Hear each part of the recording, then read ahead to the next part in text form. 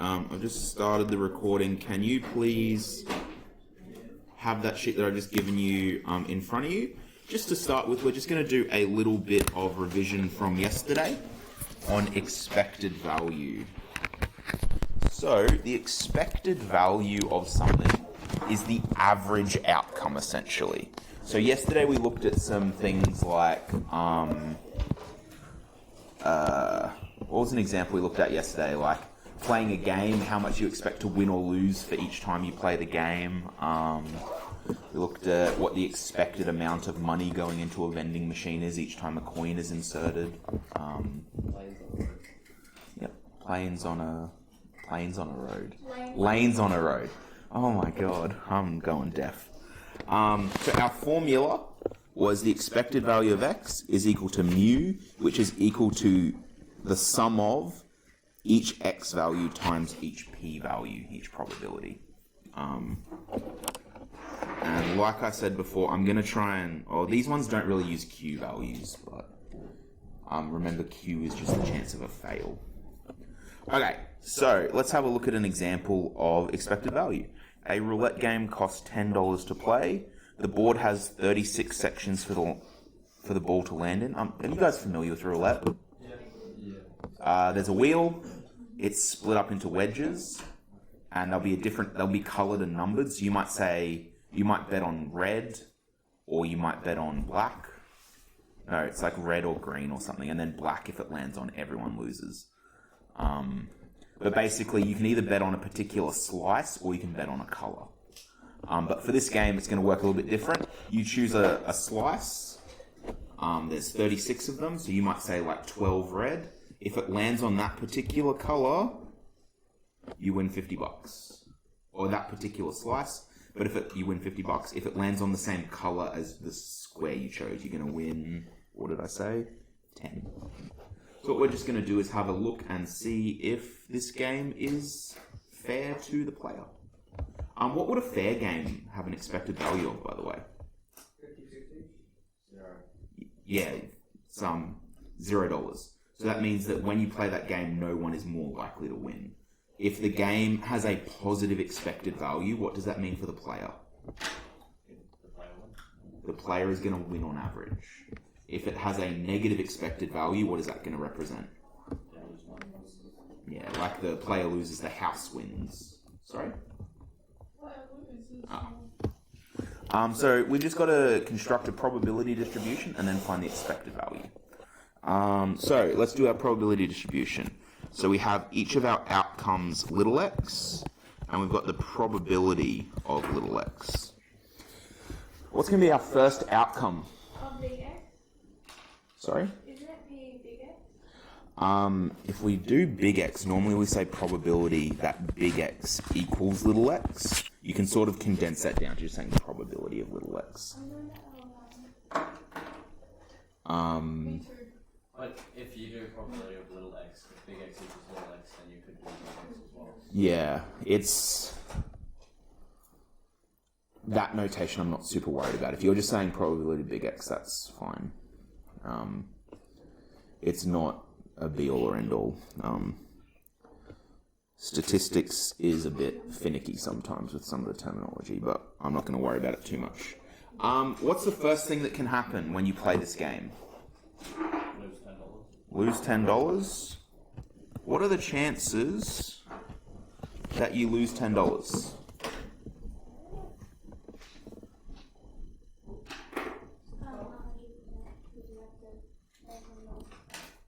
But if you then won, your outcome wouldn't be -10 anymore. So this is a tricky one. How many different sections on my board? 36. How many ways do you have to win the big prize? Well, is purple the one that everyone loses? Yeah, everyone loses on purple in this one. 12. Hold up. So many people have said answers, I forgot what my question was. Before we go and do probabilities, actually, let's try and make this, let's come with all the outcomes. So you can lose $10. What else can happen? You can win 50. So positive 50. Would it be really winning 50 though? because you've paid 10 to play, so it's actually $40 that you're up. It's supposed to be 26 cents. No, 30. Oh.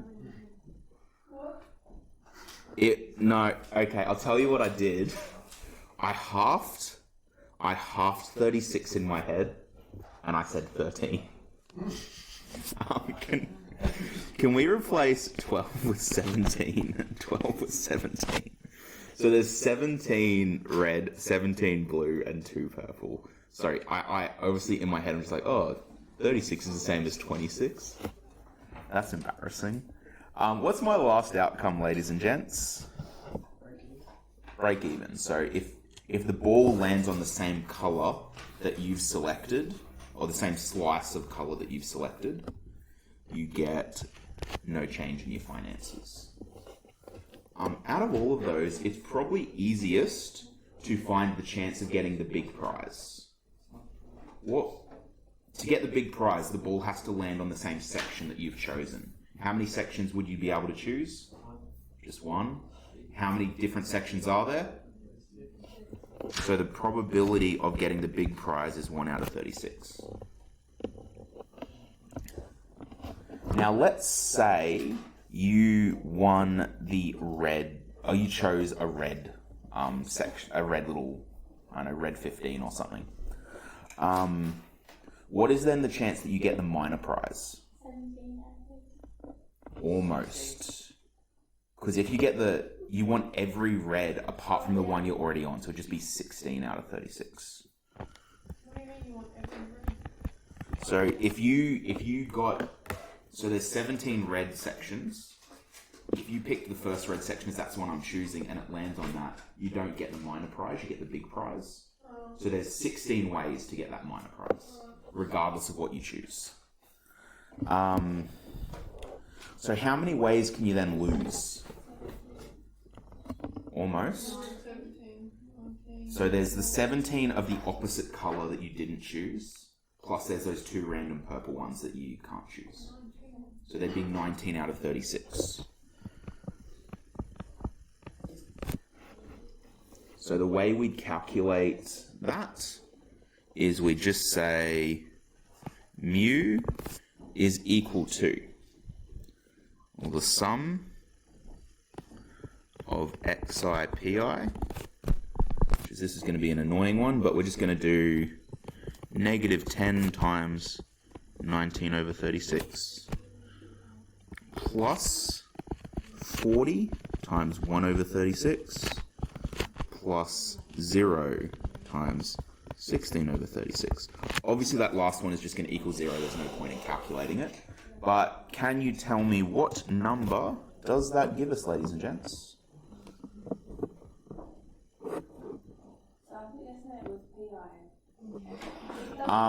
Because it's multiplication, you can do it in either order. I'm just dyslexic sometimes. Sure.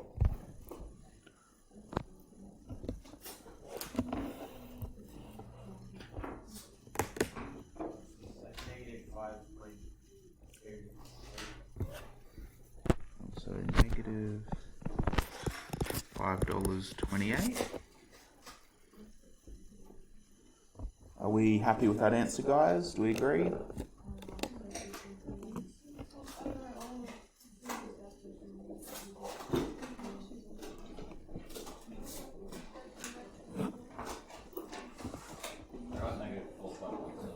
Negative 4.17.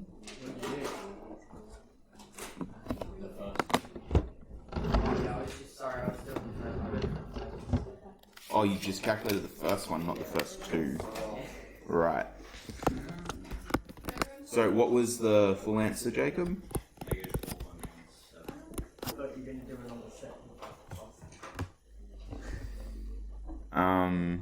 No. By the way, once you get to that stage there where you have all your numbers, do that all in one step, guys. Putting in multiple steps into your calculator just makes more room for error. It's a dangerous place to go. So what can we say about that game? Not, yeah. Would it be sustainable to play that game long term, how could you win in that game? Being lucky. Essentially, yeah.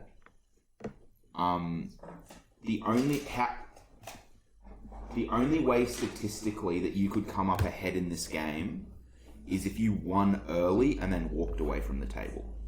Because on average, you're going to lose $4.17 per game you play.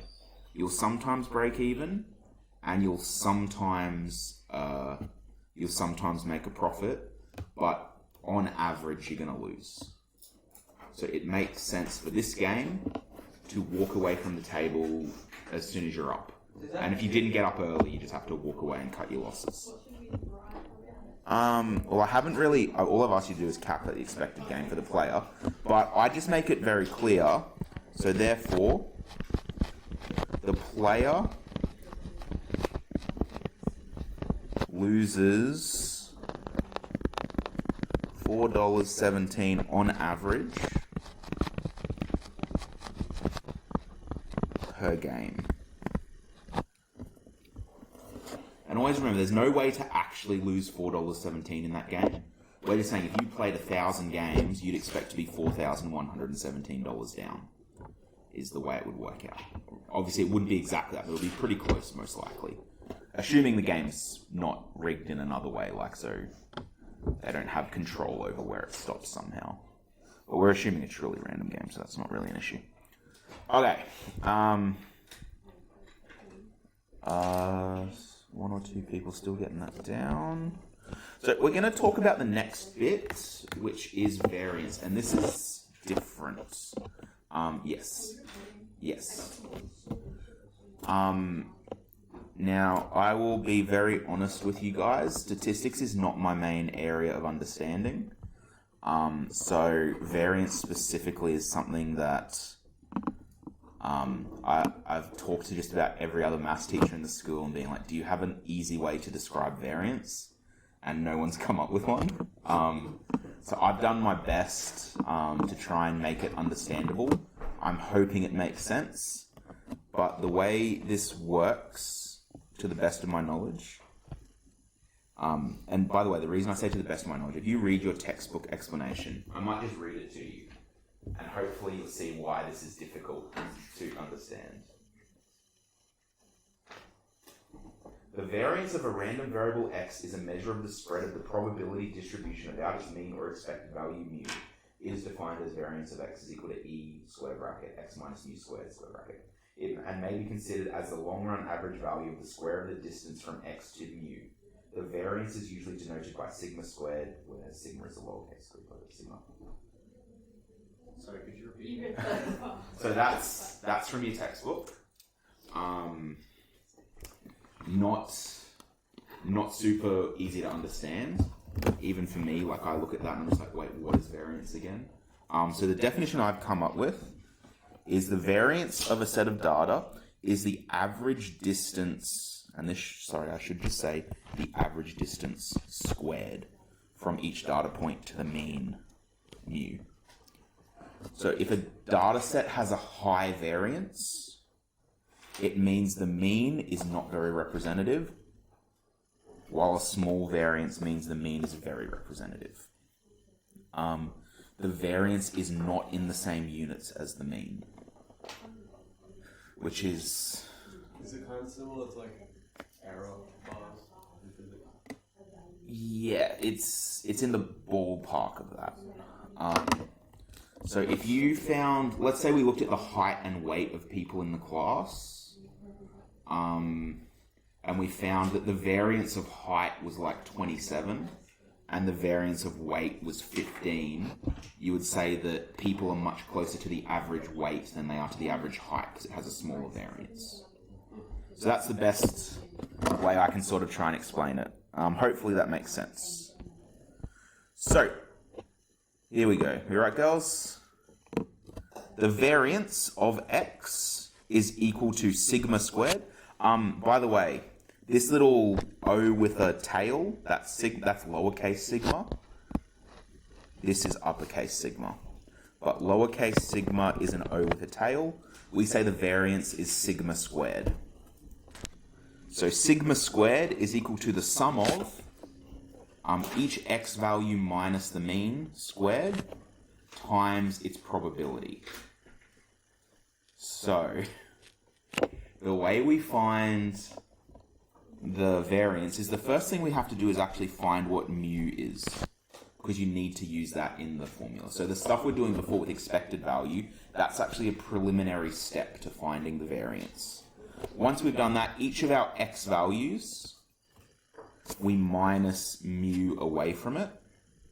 Then we square that, and then we times it by the probability of that happening, and then we add them all up. So it's quite involved, this process. So I'm just going to put maybe over here. So step 1.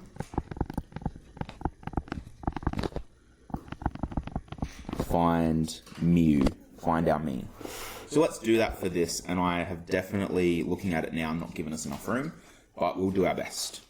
What I'm going to do, guys, and I'll just let you know, we're going to extend this table down a little bit further. So we're just going to add another row to it. And this is going to be our x minus mu row. So just leave that there for later. And then I'm going to do 2 calculations. My first one's going to be mu. Mu is the sum of pi xi. So for us, that's going to be 0 times 0.08. Only extending it by 1, yeah. 1 times 0.18 plus 2 times 0.4 plus 3 times 0.34. And this will give us some number.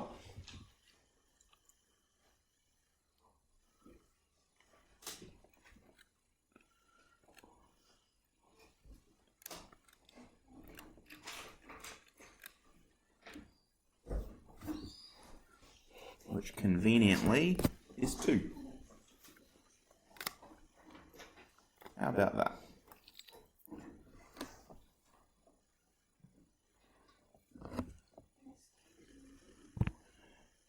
Yep. Okay. So I'll give you a moment to catch up.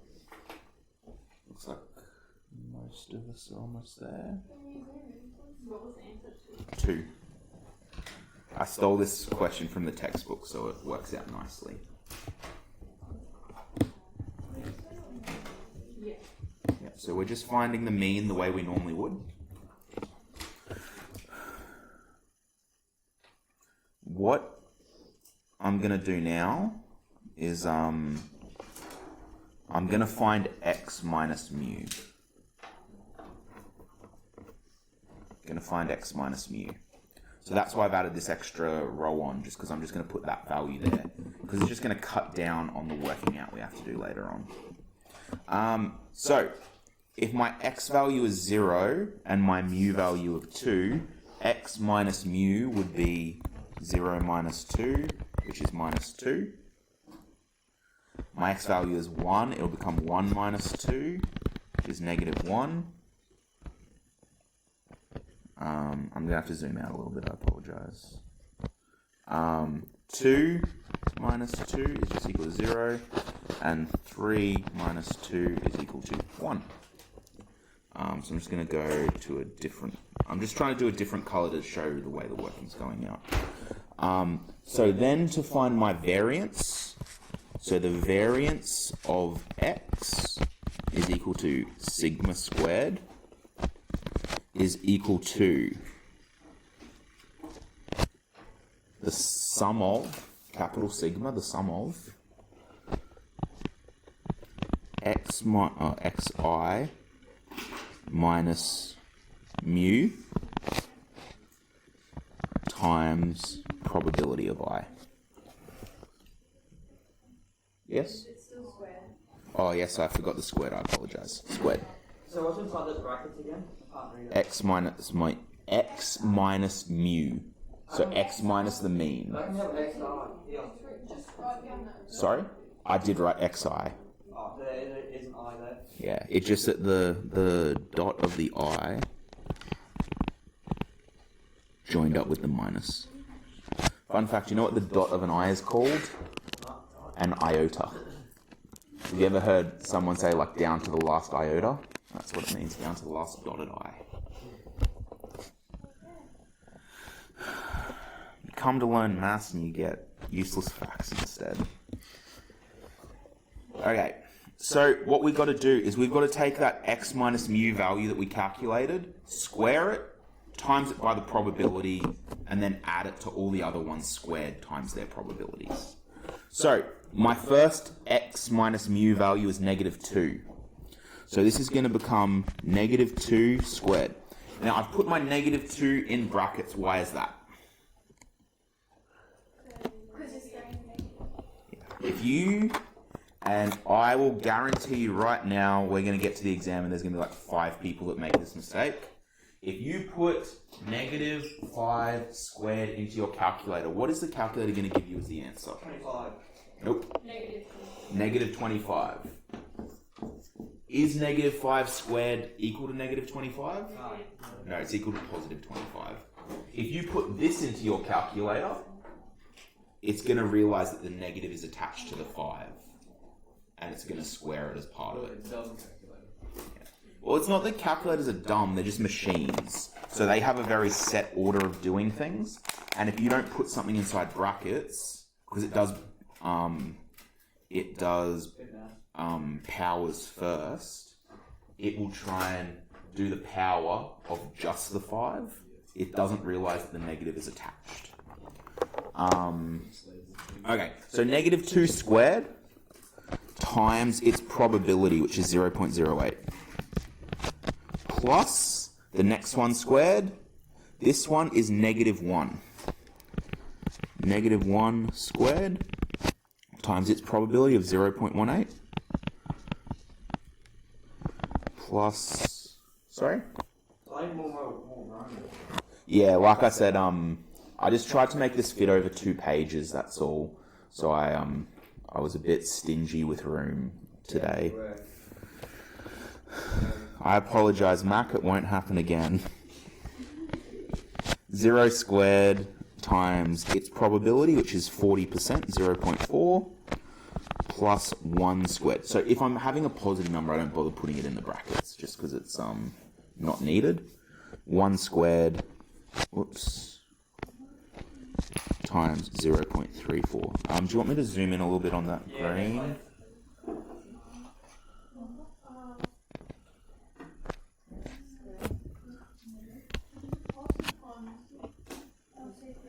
It is,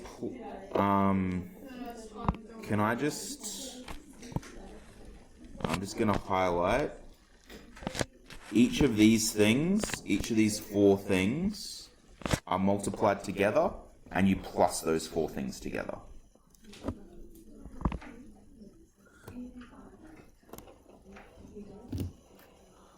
Leave TikToks on TikTok.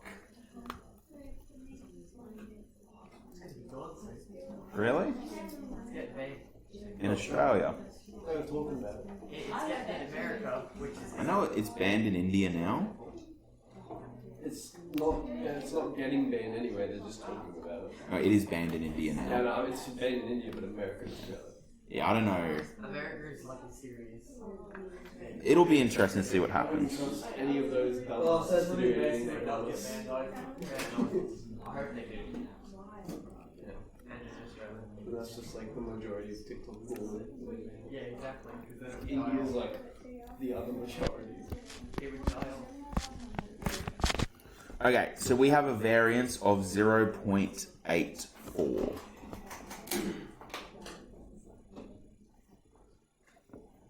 So, yeah, that is what it is. You can just use VPN now. Yeah, but like. I think the kind of person that goes on TikTok and the kind of person that knows how to use a VPN don't really overlap too much.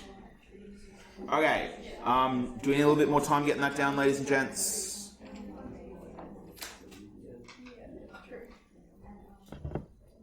So the variance is 0.84. go back to... Actually, I kind of think green's a little bit easier to see. Is that alright for you guys, the green? Pretty good. Okay, let's go on to the next bit. Okay. So, standard deviation. Thanks, year 11s. Standard deviation is the next thing we've got to talk about, and that is just how spread out data is. 99.9% of data is within 3 standard deviations of the mean. So if you have a big standard deviation, it means your data is really spread out. If you have a small standard deviation, your data is not very spread out. Standard deviation is in the same unit as the mean. So when you find standard deviation, if I told you this was like dollars or something, you would say, okay, the standard deviation is $1.25. Okay, let's have a crack. So the way standard deviation works. So just wait, because this is a big idea and people aren't looking. Standard deviation is equal to sigma. Wait a minute, we've seen sigma a moment ago. Sigma squared is the variance. If sigma squared is the variance, how do we get back to just regular sigma? Square root it. So the standard deviation is just the square root of the variance, or the square root of sigma squared. Yep, so you've got to figure out mu, then you've got to figure out variance, and you've got to figure out standard deviation. It is a long process, these questions, which is why I've given you the same question again. So we're not going to redo this one. We're going to say, from previous question,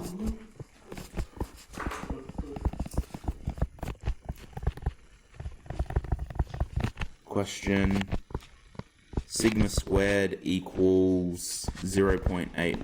Whoa, I must have had a stroke while I was trying to write that out. 0.84. Therefore, sigma equals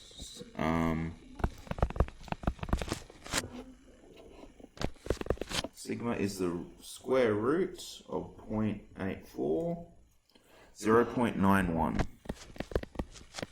916, so I'll just round up to 92 units.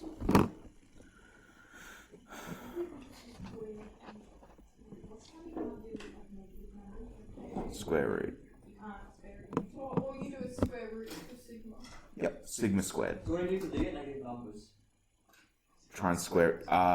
You cannot have a negative variance. It's mathematically impossible. Unless you, the only way you get a negative variance is if you, do something like that and forget your brackets. That's the only way it'll become negative. Yeah. It's actually a way to check. If you have a negative variance, you've done something horribly wrong. So couldn't you take away the negative sign and square root of the negative sign back in? Look, you could do that, but what I'm going to say is, That work? in these questions, there's so much going on. If you're trying to keep track of little stuff like that, you're going to forget. And you're likely to make mistakes. It's easy to just put everything down as is.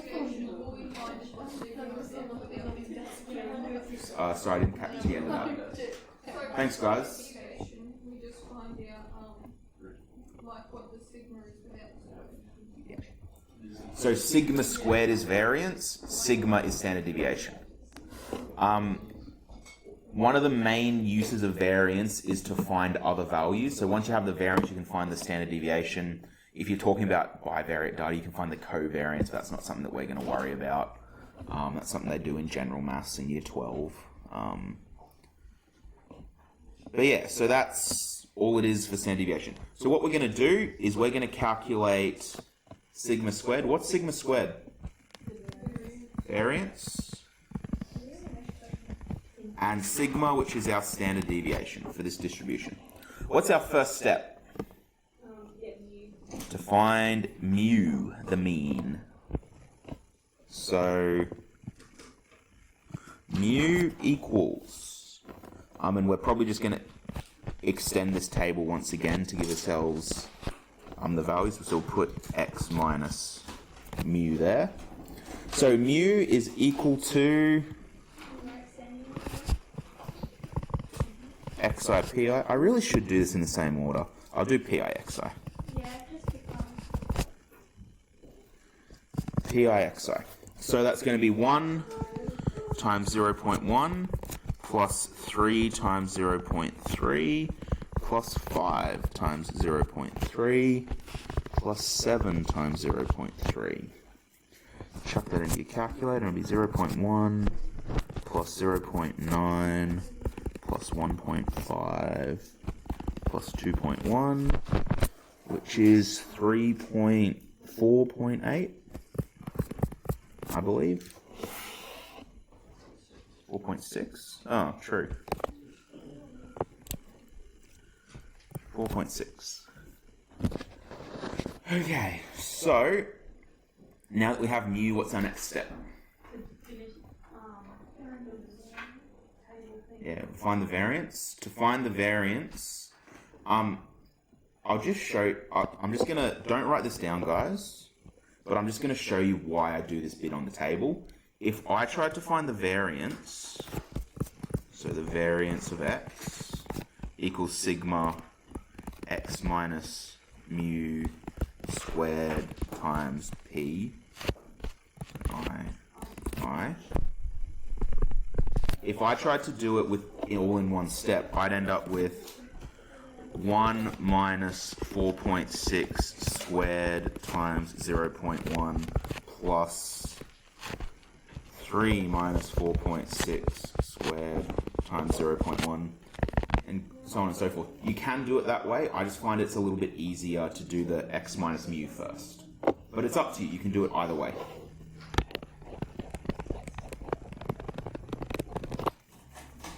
So 1 minus 4.6 equals negative 3.6. 3 minus 4.6 equals negative 1.6. 5 minus 4.6 equals 0.4. And 7 minus 4.6 equals what? 2.4? 2.4? So that means my variance of x, also known as sigma squared, is going to be equal to, whatever. It's going to be equal to xi minus mu squared minus pi, which is negative 3.6 squared times 0.1 plus negative 1.6 squared times 0.3 plus 0.4 times 0.3 times 2.4 times 0.3. Oh, I did. I did too. My apologies.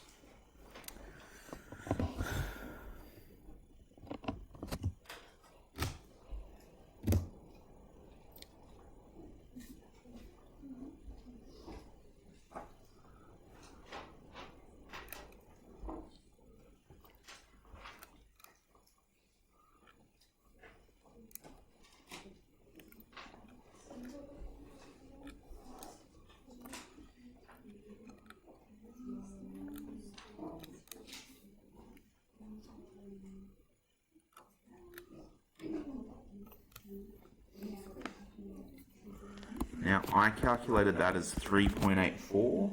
Can anyone confirm? Yep.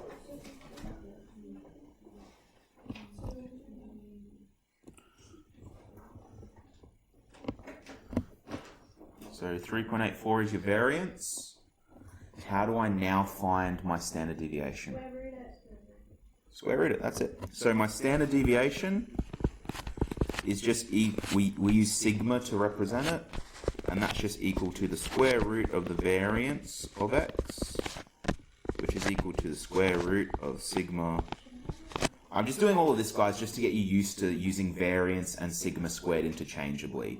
I just want you to be okay with that. Which is the square root of 3.84, which should be 1 point something. 1.96. And once again, we don't have the units, that this is being measured in, but I'm just going to say 1.96 units.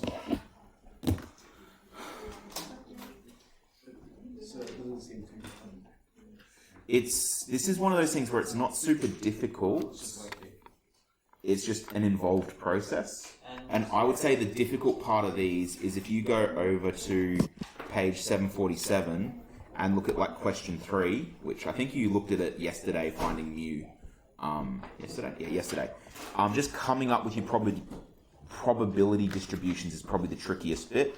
Once you do that, it's just all using the formulas. There's just so many numbers you can get confused a bit. Or the other way this can be difficult is, I might say to you, like, the expected value of this experiment is like 1.2, and you'll be missing like an outcome or missing a probability or something, which you then have to work backward using algebra to solve it. But we'll have a look at those on Monday. So guys, once you got that down, can I get you to have a go at question 2, 3, 6, 8, and 10 in your textbooks? Question 2A is the one that we just did. We just did question 2A then. Yes, Matt.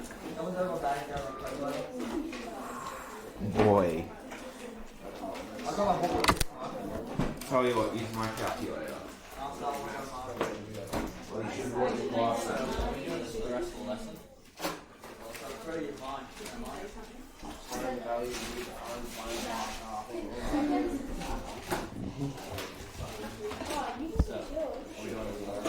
Sorry? Well, the rest of the lesson... Oh, we got about 20 minutes. That didn't take as long as I thought it might.